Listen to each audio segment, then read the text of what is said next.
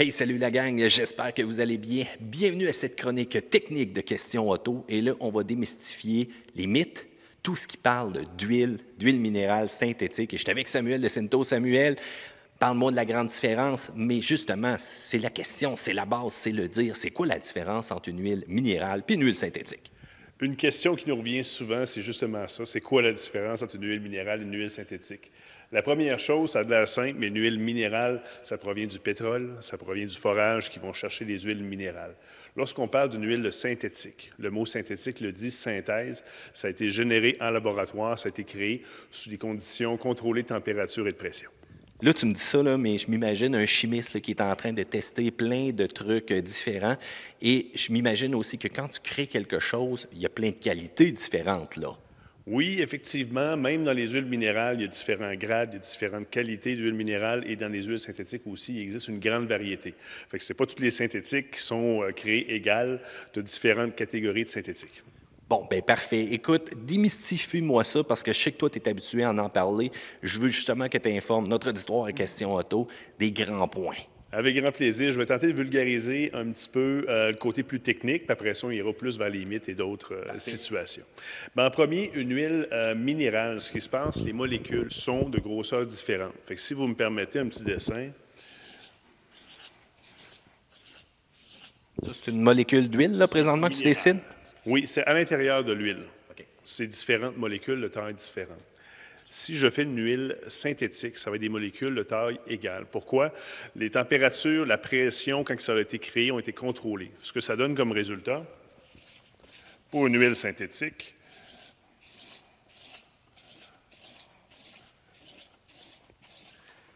ça, c'est le côté un petit peu plus technique. Qu'est-ce qui est intéressant? Quand l'huile circule, il se crée ce qu'on appelle une friction fluide. À l'intérieur même, comme une friction métal à métal, à l'intérieur même du fluide, la friction génère de la chaleur.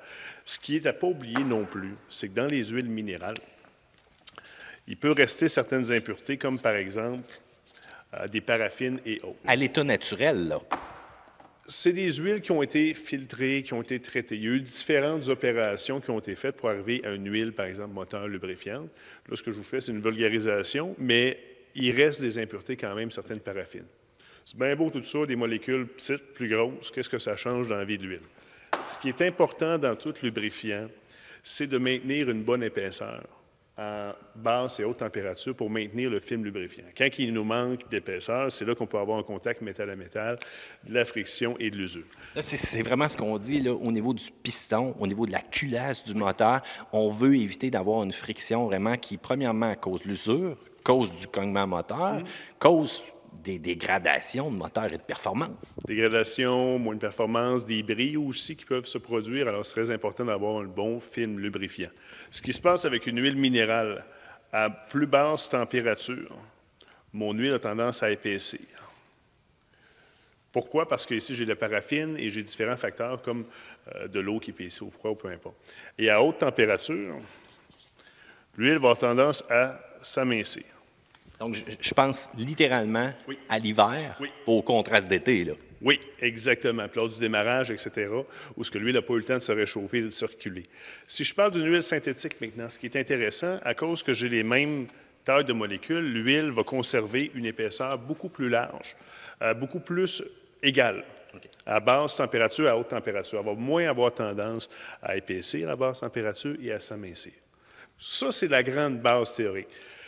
Ce qui est intéressant, par contre, de savoir, si vous utilisez votre huile juste dans cette température-ci, cette plage-là, oui, il y a des minérales qui peuvent faire un bon travail aussi. Ça ne veut pas nécessairement dire, dépendamment des besoins du véhicule, dépendamment de la performance qu'on va aller rechercher, que c'est obligatoire. Par contre, l'huile synthétique va avoir une beaucoup plus grosse protection à haute et à basse température. J'aime ça. Excellent cours. Je termine avec une question avant qu'on se laisse, parce que là, des chroniques, inquiétez-vous pas, là, on va en faire d'autres. Est-ce que ça veut dire qu'automatiquement, l'huile synthétique est meilleure que l'huile minérale? Parce que quand j'arrive là dans un grand marché de vente d'huile, je vois que tout le monde est synthétique. Est-ce que c'est vrai, là? Grosse question. OK. C'est une excellente question. Première chose, toutes les minérales ne sont pas égales, toutes les synthétiques ne sont pas égales. Et quand on parle d'une huile moteur, le produit fini, l'huile, c'est une composante. Le monde, il parle d'huile, d'huile, d'huile. Ce qui est extrêmement important dans l'huile, produit final, c'est les additifs de protection qui sont mis avec. Fait que je pourrais prendre une excellente huile synthétique et mettre très peu d'additifs de protection pour bâtir le produit. Il va être moins performant peut-être qu'une huile minérale avec beaucoup d'additifs de protection. Fait qu'il y a plusieurs éléments qui rentrent en ligne de compte. Comme je l'ai mentionné aussi, les épaisseurs d'huile, de nos jours, même les huiles minérales peuvent avoir des bonnes propriétés. Par contre, si on parle en termes de durabilité, c'est certain qu'une huile synthétique va être plus durable, moins d'impuretés, moins de friction. Une huile synthétique va être plus durable pour prolonger les changements d'huile.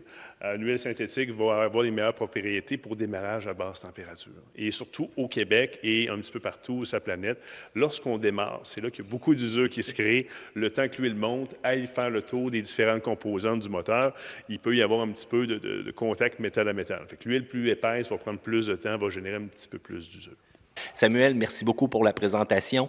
Je vous le dis tout de suite, on vous prépare d'autres vidéos, gang. Et si vous avez des questions, section commentaires ci-bas, pouce en l'air parce que vous aimez cette vidéo-là. Abonnez-vous surtout à Question Auto parce que justement, on va avoir d'autres petits cours pour vous. Puis nous, ben, on se dit à une autre vidéo la prochaine fois, peut-être pour parler d'huile. À plus.